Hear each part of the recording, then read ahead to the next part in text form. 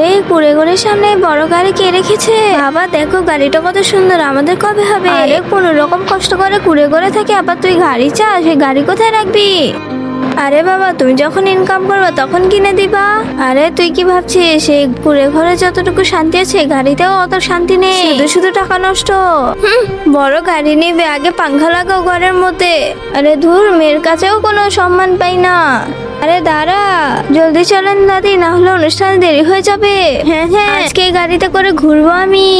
এই জিনিসগুলো সব পিছনে রাখি, তাহলে আর নষ্ট হবে না। আন্টি দাঁড়ান আন্টি, এই যে আমি শসা আর কিছু জিনিস এনেছি, এগুলো আপনাদের জন্য। আমাদেরকে দিচ্ছিস কেন? কারণ আমার মন অনেক বড়, তাই আপনাদের দিচ্ছি। আচ্ছা ঠিক আছে দাও। আচ্ছা তাহলে চলো আমার সাথে অনুষ্ঠানে। আচ্ছা আন্টি।